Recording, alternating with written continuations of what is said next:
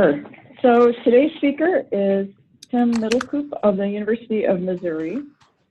He gave us a lightning talk earlier this year around the topic of metrics, and that was a discussion that a lot of people found very interesting. So he's graciously been willing to share in more depth how the University of Missouri reports and utilizes researcher-facing /CI engineer metrics. So I think we're going to start with a presentation and then open it up to some discussion. I think we all probably have some things to say on this topic. So thank you for joining us today, Tim. Great, thank you. I'm going to share my screen for a little bit here.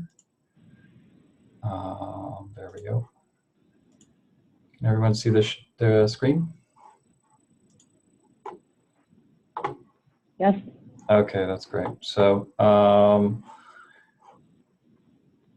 okay, there we go. I had to change my view here.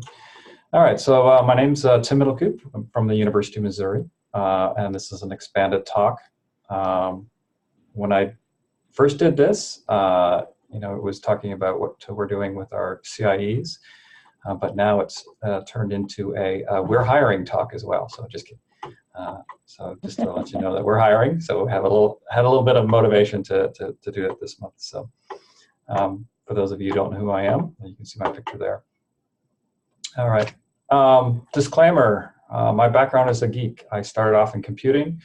I'm also an industrial engineer, a researcher, and an academic. So my background is from academia, not from IT or industry. So my perspective on how to manage people and metrics and things like that is from an industrial engineer and that perspective. I'm relatively new to research computing. Like a lot of people, I fell into this career track about 5 years ago. I don't claim to know everything or the answers, and I'm probably wrong a lot of things. So call me out on it. This is meant to be a discussion, and I want to learn some more. The other thing is there's probably a lot of rabbit holes that we could go down, and maybe we'll chase a few during this talk. I welcome the chase for that. We'll keep an eye on the time. And if things get a little too weedy, we'll go ahead and move on. And if you feel like taking the discussion offline, I welcome that as well. So, all right, I have the obligatory what is research computing at MU in one slide, just to give you an idea of our size and our environment. So research computing support services is a group in IT. Previously, it was an HPC group. In the last 5 years or so, I've been trying to transform from an HPC group to a research computing group. And as the whole CI professionalization effort's been going on, and I think a lot of other folks have realized that research computing is more than just HPC, and we're going through that process as well. So, and I think that's why our group was in IT, because it made a lot of sense to house all these clusters in one place and administer them all as one unit. And secure them, and it makes sense economically to do that. But as research computing goes more in towards the research part of it, then Office of Research and other funding sources and other perspectives come in as well. So, but 6,200 cores. I started off with 1,000, and now we have 5 generations over 3 vendors. We have 2 sysadmins, or researcher-facing, 2 CIEs. Did I say we're hiring? Support staff, some undergraduate students, graduate students, and director and myself. And we also have 2 affiliate cyber infrastructure engineers as well that are fully housed in other units. So we've been going under a lot of growth. When I started, I was a director with 0 direct reports. So growing a team has been difficult, and managing the folks as we go through the different inflections has been an interesting process to learn how to grow. My first person that I worked with, he and I would share an inbox, and we'd finish each other's sentences. And when you have this many people on board, you can't do that anymore. So what is a cyber infrastructure engineer? A little clarification on language. We used this term a long time ago, and it predated CARC, it predated ACI Ref, and it's stuck with our campus culture. We had an individual that was our CIE, and he did a really good job, and that term stuck with him. And so we use that internally. But I've been socializing the researcher-facing, software-facing, data-facing to give people an idea of all the different aspects of what research computing is about. The actual title is a programmer analyst. I'm sure everyone else has weird titles, but we're trying to implement the CARC HR title family. So here's a link about what we consider a CIE or server infrastructure engineer in our, we are now hiring, but it gets our job titles. And if anyone wants to use it, feel free to steal it. If you make it better, then I ask that you send it back to me on that one. CIEs are primarily researcher facing. Some people may consider a server infrastructure engineer as somebody who works on the systems. We say that it is somebody who works with researchers. So they have research group impact, where a system-facing individual would have system impact. So they don't have root, but we have some custom tools built in Rundeck. So they can do group modification, anything that would require sudo or privileged tools. Our sysadmins even use the tools as well, because it does error checking. You know, when we add a user, it's multiple steps across multiple systems, and that's how we manage that. And it contains, you know, the actual workflow in it, as well as the things as opposed to using sudo, where it's just, you know, sudo and you can do lots of damage. You can make mistakes. The Rundeck helps with that. We also partner with colleges and distributed IT as well. So research computing support services as a central group, but there's distributed aspects as well. So what does the CIE do? We define it as helping researchers understand centralized local and non-local resources, aka Exceed and OSG and all those kind of things. We're primarily to help researchers learn, not to do. If people actually want work done, then it requires grant funding. And so in some sense, the engagements that we do are a big sales pitch to put us on the grant, whether it be hardware or peopleware, those kind of things. As I mentioned earlier, they build software for groups, and then they're often promoted system-wide if it's a common one. And they work closely with the system-facing team. So, you know, if they're doing VASP and they need tweaks in it with NPR, things like that, the system-facing team will work together, and they'll build a solution with the system-wide training, system-wide things as well. And they do training, support, as I mentioned earlier, open office hours, and grant funding, as I mentioned earlier. Why do this? Why have the metrics? Well, CIEs are awesome and can do all the things, right? They could be busy doing everything all the time. There's always too much to do and never enough people. And there's too many different things to do. So not only can you do one thing a whole bunch of different times, there's all kinds of things like documentation and tickets and emails and projects and learning. And we don't want all that busy stuff to get in the way of things being done. And so when I first started this off, it was not to have metrics. It was to carve out time for my one and only CIE so he could actually get his feet on this ground and do some learning and do some documentation and things like that to protect his time. The other part of it was to balance workload, because the colleges are 50% funding.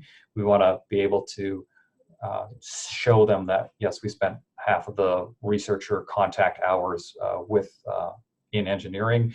And then, like we are now, we have multiple CIEs, so we can trade them off. So if one individual has more expertise in another area, they can actually go on. So it's more 50% FTE of a group as opposed to an individual. And of course, future, we need justification for more funding, and that was an emerging part of it. So how do we use it? We use it to manage time, because there's too much to do. Strategic investment in people, groups, and projects. It brings things out to me to where we can potentially invest in someone, a group or something like that. As I mentioned earlier, prioritization of professional development, other things that are easy to do later, and it keeps track of our impact. Also limit ticket and email time. You know, it's easy to get stuck in email and tickets, but we try to limit that. And we want to move from being reactive to proactive. So some terms and metrics that we use. We have sessions, and we break the weeks down into 90-minute sessions. And we found that 60 minutes was too short, and 2 hours was too long. And so it breaks up the day into nice chunks pretty evenly, and it's easier to schedule. And so if there was, for instance, email or open office hours or tickets, they would be scheduled into one of those sessions. And then we would have slots that were open. Some of them would be for open office hours. Some of them would be for dedicated engineering, training, those kind of things. And we could schedule those up, and we would purposely leave a couple of them open for high priority or urgent things. So if we were having a researcher was having an issue with something going on and it was high priority, we could stick them in right away. And we could do some of the other strategic things as well. So an example of that is a lab joining the cluster for the first time. So we figured it took about between 3 and 5 90-minute sessions to get a group from I'm using MATLAB on my Windows laptop to I can run a job within the cluster on MATLAB, and the whole group can do it. So that's understanding file directories, all those kind of neat things to get them up and running fairly well in the context of what they're doing. And when we started doing this, that's why we came up with the idea of impact hours, which is the number of researchers times the number of hours. So if we were able to get 5 people trained at the same time for 1 hour, that'd be 5 impact hours. So it was a measure of our productivity as opposed to saying a certain amount of sessions. And over the time, we saw that we could have about 140 impact hours per month. Now that seems low, but the reason being is that there's a lot of time in there in terms of tickets and things like that. We're only measuring face-to-face things that really have a large impact. And it gives us a metric of how many startup or engagements that we can have. So if you have, let's say 200 people on the cluster and they all require, or groups of 3 require a certain amount of time to get going, you know that you need more than one server infrastructure engineer just to get them up and running on the cluster, let alone, let's say, use a project or a new software or a new grant or something like that. And then as the spreadsheet matured, we started to break it down by group, department, unit, college, campus, and we added tags in there so we could identify training and things like that, some of loose form metrics that we could potentially get done later. So for me as the director, it also gives me a good quick overview of what's going on and where the problem areas are and where the work is, and I can do a little bit of direction on that. For the most part, they're pretty much self-directed. Just when it comes to strategic engagement or strategic investment, that's where I come into play. So here's a somewhat sanitized list of projects. So we keep 2 spreadsheets. One of them is projects, and it's a high-level view of what's going on, and that's where we can have the prioritization. And then we can keep track of individual engagements. So for instance, Asif is the lead CI engineer. His PI is arts and sciences, and so he was getting physical spots ready for arts and sciences. You can see the things on the right-hand side. So it's just general things that are going on. So for instance, Jake is working on grant paperwork. He got to dive down into the depths of administration and shared instruments and all the lovely things that go along with that. So he got to spend a decent amount of time on that. And so I take a look at what's going on from a higher level perspective and who's involved and things like that. And then these are how we develop our metrics, and this is specific engagements. So from 10 to noon on April 3rd, there was 2 hours with 4 graduate students. And so you sum the here, multiply the researchers times the number of hours and the number of CIEs that were involved. So this was open, the tag here is open training, sorry. And so we have open office hours. We used to call it training. We call it now office hours because that's really what it more is. And we talked about the different things that went on. So we can keep track at a finer detail of what's going on in the lab, in the environment, and see what's happening. So, and so this month, this section here, we had 49 impact hours, and we see who the people were involved. So finally, we have some obligatory graphs. You can see our productivity in terms of impact hours increased 2018. And we've had a little bit of turnover here and there. So in the May, June area, we had some turnover, some new CIEs coming in. And so they were paired up. So our productivity went down a little bit. But they've pretty much come up to speed. And as going forward, we'll start paying more attention to the impact hours and the spreadsheets for managing their time. All right. So either I was talking for the last 20 minutes or so to myself, or nobody had any questions. So I'll open that up to questions. Tim, actually, there was a question on the chat. How many active users do you have? Oh, that's a really good question. How do you define an active user? That's a rabbit hole. Say someone who logged into the cluster within a particular period of time recently. Yeah, we define active users as people that have submitted at least one job in a month. And we have almost 200 active users now. We have about 1,000 accounts. Yeah, that's one metric I didn't include. I haven't looked at that metric recently, but yeah, I believe it's about 200. When I started, it was about 90 users.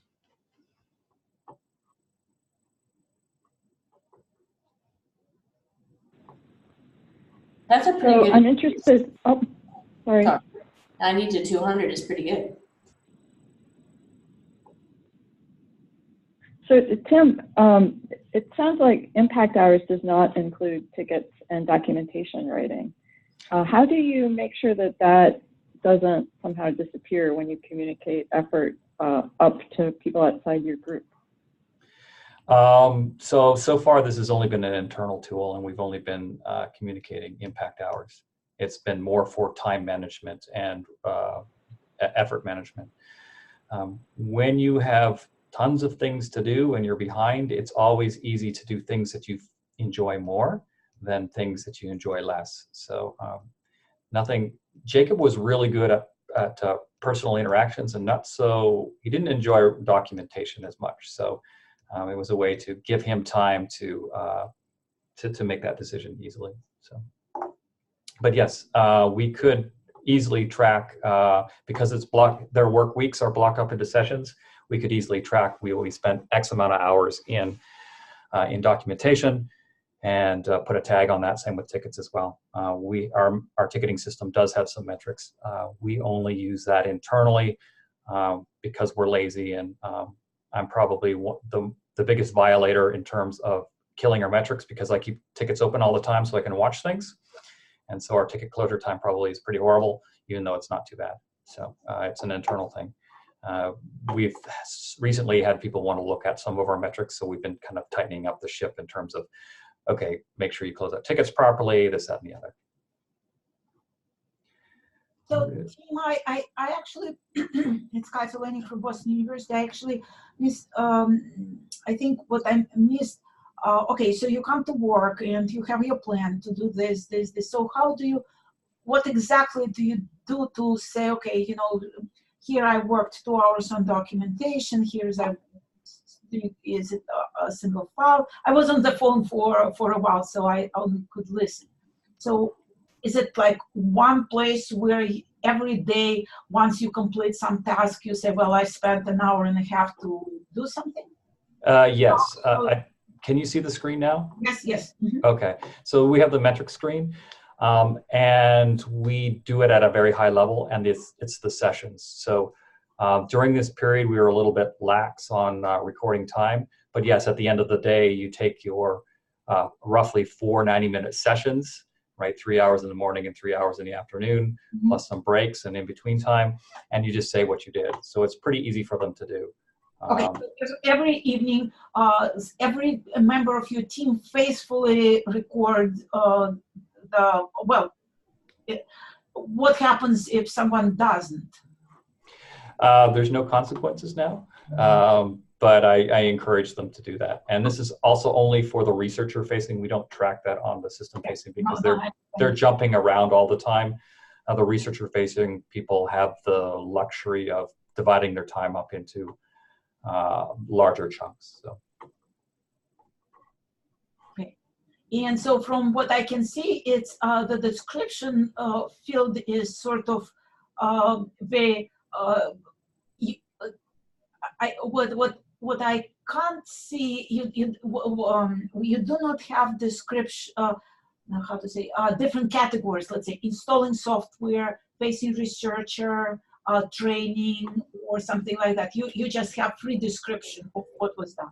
No, we have the tag section if you take a look at it. So open training is one of them.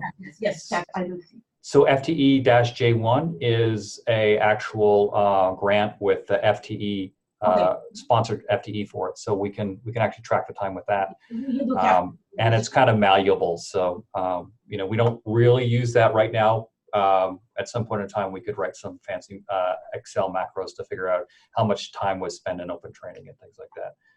But that information is there, available. Okay. Tim, it looks like there's a couple questions on chat. Yeah, I was going through those. I have to exit the. That's okay. I can read them out to you if you want. No, I got them. Okay. So how do you market your services, and how effective do you think this marketing has been? I marketed my services early on, the first couple of years, and it was too effective. So now I no longer market because we don't have the resources to help everyone. So I've really pulled back that. First it was subconsciously, now it's kind of consciously. It's like, no, I'm not going to go. I can't have any more work. We are severely under-resourced here. I did a fairly good job in the beginning, and people really wanted to engage with our team, expand the resources, as I mentioned, going from HPC to research computing. So we're going to start marketing some more. There's a new CIO here, and we're getting some more resources, trying to get more resources. Hiring's going well, so hopefully we will be back up to full strength again pretty soon, and then we'll start doing some marketing. Along the marketing lines, what we are going to do is write down our services a little bit more clearly to define what we do and we do not do, and that can be used for marketing materials as well. Did that answer your question, Jeff? All right, so from Jonathan Rush, do you see a relationship between impact hours and other kinds of metrics like cluster utilization? No, I have not done that analysis. That would be really cool to do. What I have seen anecdotally as we have engaged in the researchers, their productivity and their usage has gone up. We had an MRI, and early on, you know, I was new to the field, and I was a self-starter, self-learner. I taught how to do HPC myself, and I thought for the MRI, you just give these resources to these individuals, they'd jump on it and they'd use it, and if they have questions, they'd ask. And I found out that wasn't really the case. You really need to have somebody come in and help them use the systems, because a lot of the times they were being told to do these kind of things. And sometimes I think the cluster is a very large dog that eats homework. And so what you need to do is help the students and things like that get over that hump and not be afraid of it. And potentially sometimes call out to their PIs that know the reason why they haven't done anything for the last 6 months is because they've only submitted 3 jobs and those kind of things. So yeah, I think there would be a nice look at the relationship between impact hours and other metrics like cluster utilization. All right. And if you have follow-up questions, please put them in the chat if you don't want to interrupt me. Arman Pazuki, I do apologize for pronouncing your name probably horribly long. Can you please talk a little about how time is divided between projects, consultation, support, break fixes, software installs, upgrades, etc.? That's a really good question. Part of the design, what we do is not only the metrics, is we break them up into 90-minute sections. So when you sit down and work with, let's say, learning deep learning or solving a MATLAB problem, you get to work for it for 90 minutes, right? And then when you're done, you move on to whatever's next thing on your schedule. The CIEs typically don't do break fix or software installs. The software installs, upgrades, they are part of a project because their impact is at the researcher level. So they may have a meeting with a research group and say, we're starting to use the VASP, we want to use the GPUs, we need to recompile it. Then they'll go and say, well, I have a slot that I can work on this in 2 weeks, and I'll work at it then. It's also a good way to kind of give some time expectations for individuals. Can they say, I don't have this time for 2 weeks, you're going to have to wait 2 weeks. And then sometimes I get to talk to the PIs themselves and say, hey, maybe you should advocate for a little more resources for us because we are just overwhelmed and this is the best what we can do. So that's kind of how we divide the time between the different projects. And then with the higher level projects, those are active projects. I'm the one that kind of prioritizes those in terms of what I think will have the most impact on the community. Because sometimes you can pick an individual that a researcher that works well with the team, that can be good advocates as well, and they go out and teach other individuals. So if we can get them up to speed, give them the tools, we can do those kind of things as well. All right, Jeff said yes. All right, Greta D. Since the work is provided when funding is obtained, what happens when the grant funding cycle ends with regards to staff hiring and paying an ongoing maintenance, salary, software support, warranty, etc.? If the funding is mostly tied to grants and renewals. Good question. So I think we can break this down into two parts. We can break it down into the staff and break it down into the hardware part of it. So for staff, if we want us to do work, real work, then it has to be grant funded. And so what we do is we just take an individual and we say offset their salary by 10%, and that goes directly on the grant. And for the most part, that individual is the point of contact. Sometimes we'll have other people help out and we'll kind of fuzz the level effort to around the 10%. So we kind of trade off a little bit. When the grant's done, because there's some built-in knowledge, we'll be able to help them a little bit, but we'll stop going from the we will do work for you to we will teach you how to do these things or get you out of trouble. In terms of the hardware and warranty, the way our cluster works is individuals either buy equipment and they put it into our cluster, or they buy a service, and then we take care of the power, cooling, all those kind of neat things. If the grant ends, they still get that computational work. When somebody buys a piece of equipment, we put it into the cluster for 5 years, and they get the fair share of that. And then after the 5 years, it goes into our bonus pool, and at that point in time, we can pull it out based off of if there's power, cooling, we got really bad hardware or something. We try to keep it in as long as possible. I was a grad student. I used equipment way longer than it should have been used, and so I see the value of that. But at the same time, we got to kind of balance costs and things like that. Greta, does that cover kind of what you were looking for? Sean, what project management tools do you use within your team? You kind of saw it there. The project management tools is keeping track of the time and that one spreadsheet. I use GitLab's boards, which is similar to Trello sheets. And so my tasks go in there and I keep manage them. We also do a stand-up meeting, a daily stand-up meeting where we talk about things that are important, stuff like that. And the whole team's there, system-facing, researcher-facing. So they'll talk about, well, we have a researcher that's working on this, or they're having that problem.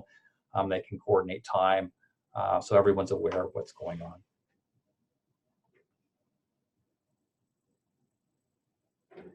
All right. Do we have some other questions? I'd like some input from the people that are here. Does anyone else use these kind of metrics or this kind of style of managing time and direction?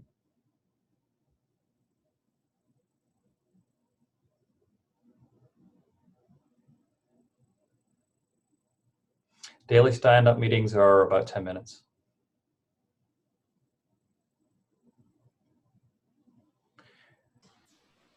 Did you see the question from Clifford? Did I? I must not have. Is it Above, far up? above Jeff. Clifford, there we go. On the resource hours in your second to last slide, are the resources people in your team or users or a combo? Let me take a look at that second from last slide. Well, I'll share it. Here we go, share. Present, there we go. So faculty, graduate, undergraduate, these are researchers and those are individuals. And then researcher hours, we take the count here, multiply it by the hours. The CIE, those are individuals. And actually, it's more than CIE because when we're in, for instance, in 410, There's 4 CIEs. We don't have 4 on our team, but our system-facing folks are having the researcher-facing role when we have our open training. So we had 4 individuals there, and we had 5 people at our open training. And so that's how we determine our impact hours. Stop share.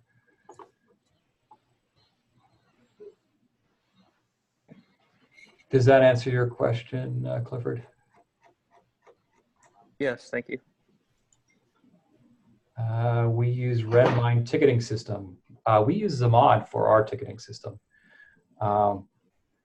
Jerry is moving to Sharewell. Our official ticketing system is Sharewell, and they are having performance issues. And I am not exaggerating here. It takes about 30 seconds to go through one click cycle of a ticket. So to take a ticket, there is 30 seconds of spinning wheels. Because we don't want to duplicate, our Zamod is not a ticketing system. It is a shared inbox, and it allows us to manage the shared inbox.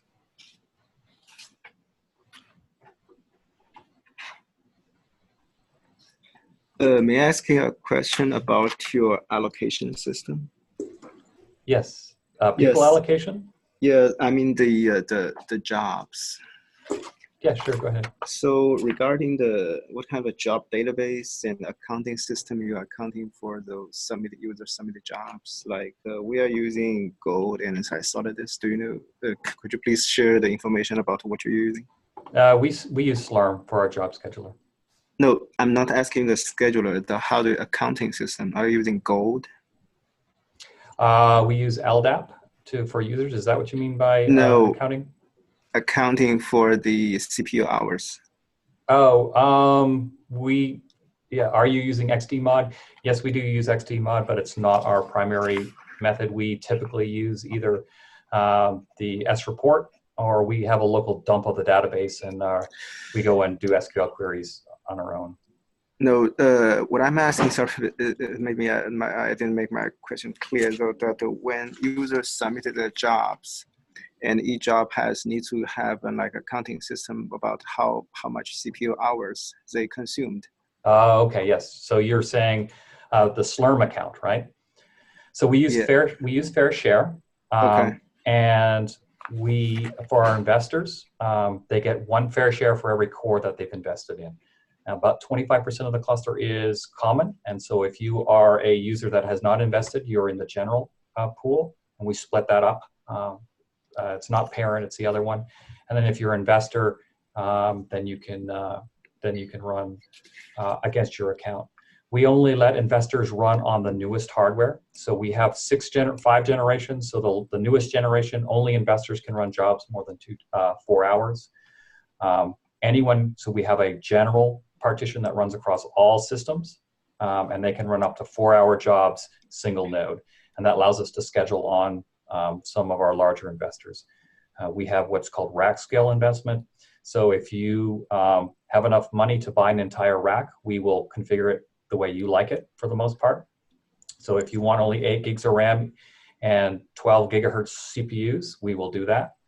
And then we backfill that with the general partition for 4-hour jobs. So those users can get the entire capacity of their rack within 4 hours. And so that's how we have pretty high utilization time. Did I get your answer this time? No, sorry. Oh, let's try again. Yes. So let me try to restate my problem. So when you multiple users submitted jobs, you need to calculate or record the utilization of the core hours. Yes. What kind of system you use? So we use Slurm. We use the Gold database. I'm not familiar with okay, Gold. I don't know if you're using some kind of accounting system inside Slurm. Slurm has its own accounting system, so we require users to actually use an account before they submit a job. So there is a switch within Slurm that says you have to have a valid association. Association says you have to have it. Yeah. For example, this user submitted maybe like 500 hours of jobs, and that user used like 600 hours. How do you count for that? I might be able to help a little bit with this because at Northwestern we did used to use gold. Yeah. That was part of what we did with Moab. But then when we moved over to Slurm, now Yeah. we use fair share. So Okay. at least at our institution, we no longer set limits of compute hours. We just give people different levels of priority that they can run on. Okay. So that's Does that fair help? share. Yes. Okay. Thank you. That's the answer I'm looking for. Thanks, Jana. You were able to answer the question a lot shorter than I was. So You're welcome. Thank you. is there a system to do chargeback? No, we don't do chargeback. But you can directly buy core hours. So if you think about the spectrum of how to run HPC systems, there's kind of two ends. One of them is the library, which everything's free for everybody. And then there's the condo unit, which you can run on only your system. And if somebody else is running on there, we're going to kick you off. And we kind of do the middle where we use the fair share. And so we don't do preemption. And we don't do chargeback, which is kind of more in the condo part of it. So.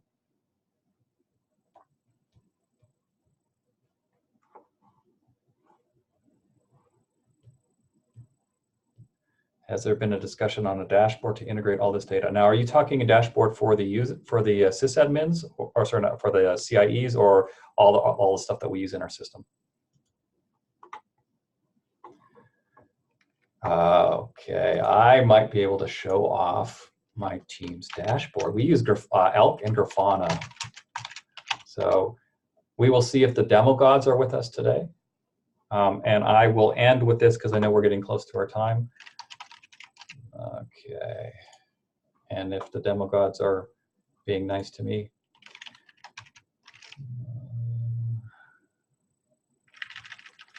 There we go. I think they may be nice. Okay, share.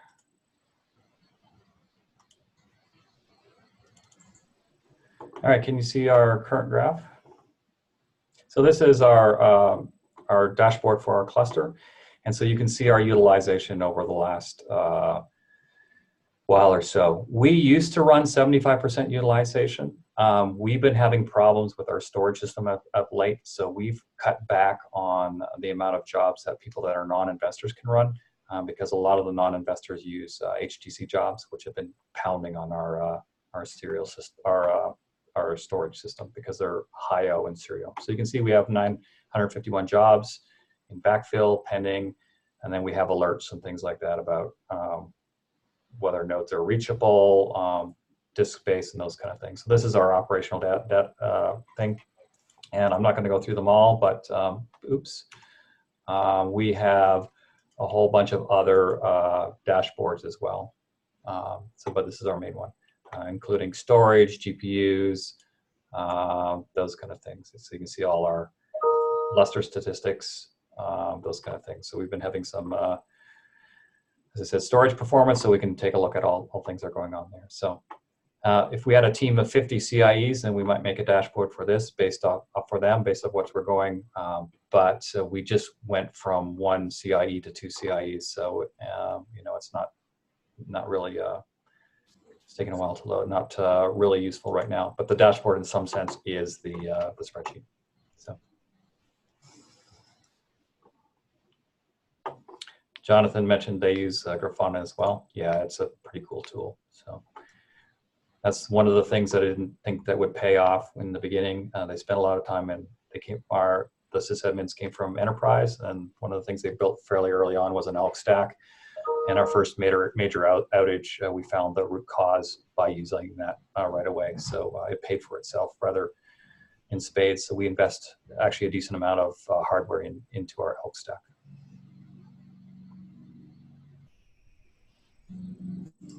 Yeah, the other thing we collect on Grafana is we have a bug in our modules. So when anyone runs a module load, it will actually dump to our elk stack, and we can see where it is. Now, I don't know where that dashboard is at the moment, but we can say what software and what modules are being used.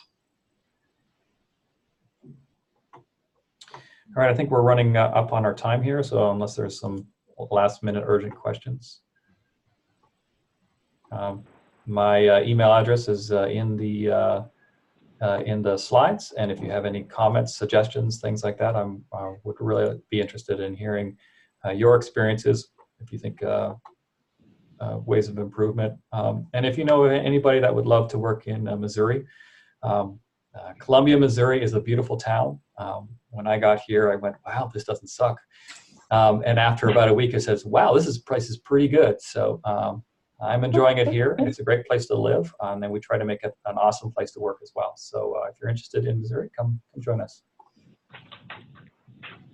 Tim, I have a quick question for you. Yes. You mentioned that you're limiting the number of jobs today because you were experiencing your storage it sounds like there was just too much I/O and it was crashing. How did you observe that?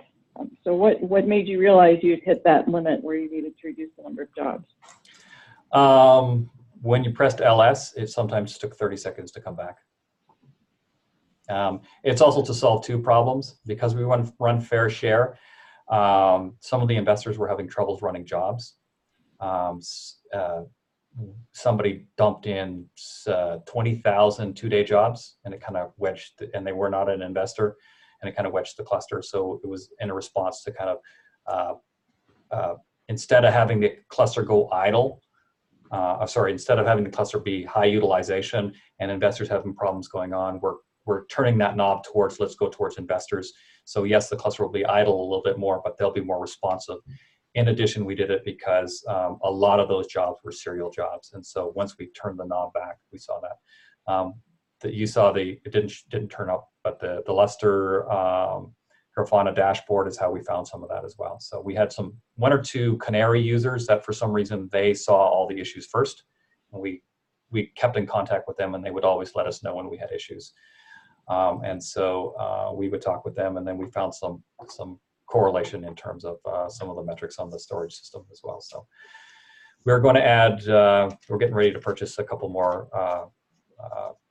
about 4 more DAS units to expand the capacity in terms of storage and the number of spindles. So that should help a little bit. And we're also looking at upgrading. So, but we've outgrown it. When we built the system, we had about 3,000 cores, and now we're up to 6,000 cores. And the intensity, I don't know, there should be a metric called buzz. Over the last year or so, the buzz in the cluster has just gone up. It just seems like it's being really pounded on and actively being used. So there's a lot of good science going on there. It's kind of fun to be around. And when you go up into the data center, it's a little warmer than usual. So did that answer your question? Yes, I love the idea of buzz. I'm a beekeeper on the side, and bees, they change their intensity of their buzzing related to their activity. It's fun to think of HPC systems doing the same thing. Yeah, I spent 2 summers with bees as well. So yeah, you can tell the health of a hive based on the sounds. So. Cool. Well, so thank you very much, Tim. This was really helpful and very interesting, and we were all really engaging. I think we're all seeing a lot of the same kinds of things. But this is a way to cut out those big pieces of time. That's such a great idea, because in the land of tickets, it can be really easy to have your time just so fragmented that it's hard to dig in and actually think. Yeah, like and that. I had to actively encourage / yell at them to not do tickets unless they're in the ticket window. Oh man, that's awesome. All right, so we're kind of winding this out then. I want to just ask anyone who hasn't signed in to please come to the call document and do that now in the chat at the top. We have some links, including the call document for today. One of the other things I want to just circle around to is if you have ideas for topics or suggestions for speakers, please add them to our call topic ideas document. And actually, Claire, I'm not sure that that's been dropped in the chat yet today, so if you could put that in there. We just want to encourage crowdsourcing and get a wide diversity of topic categories. And then our next call is scheduled for January 9th. One part of that, at least, is going to be some conversations around PERC submissions. So PERC is currently has all 3 deadlines for posters, tutorials, and papers is January 22nd. The guidance that they've been providing is that that's a hard deadline and they're not going to let it slip. So the next session will include some time to talk about potential ideas. So if you want to get a sounding board, or other people interested in the same things that I'd like to present, or if you need to locate some panelists who might be able to help you out, or co-presenters, or somebody who might be interested in sponsoring a BOF with you, that's an opportunity that we have coming up for that. Claire, are there any other announcements we want to discuss about the 9th, about the next call? I don't think so. I think that we want to give people, like you said, the opportunity possibly to talk through some potential PERC topics. If they want to propose something, they can do a little bit of practice and test some topics out. But we'll provide a little more information as it gets closer. It's going to be kind of a little bit of a squeeze because obviously the holidays, we don't have the same timing on our announcements to remind people about the call. Let's see, Sean, did you want to, I know that Janet talked about it, but do you want to say something about the PERC deadline? No, just the reminder that it was, coming up January 22nd. And we're looking forward to a lot of quality submissions and things from folks. And also, if anyone is interested, we're looking for folks to volunteer to be on the program committee to do reviews for papers, BOFs, posters, all that sort of stuff. So I'll throw a link for signing up for that as well. Thanks. Sean, just as a roundup, are there any, is there a, like last year it was Rise of Machine Learning. What's the theme this year for PERC? So Gwen Jacobs is the chair for the conference this year, and so we're University of Hawaii, and so Catch the Wave is the theme this year. And so the special topic is, again, machine learning, but Catch the Wave is sort of the new wave of, machine learning, computing, HPC sort of thing. So that's the theme. We were hoping to hold it in Hawaii, but I think the main PERC steering committee didn't think a lot of people would attend. So it will be important. There's some waves near there. All right, thank you. That's helpful. I also want to mention that this call was recorded, and the recording will be up soon, and we'll let everyone know when that happens. And just here at the very tail end of things, I want to thank everybody who worked on the call. So as was mentioned at the beginning, we're expanding the number of people who contribute to calls, and there's always room for one more. So if you're interested in participating, please reach out. So Erin Shaw, Katya Bolkova, Bob Freeman, Claire Mizumoto, and I'm Gianna Nugent. And if anybody has anything else that they want to mention here at the end, I think we have 5 minutes. So we can, if anybody has any PERC ideas now or anything that you'd like to see coming up, we can definitely take notes.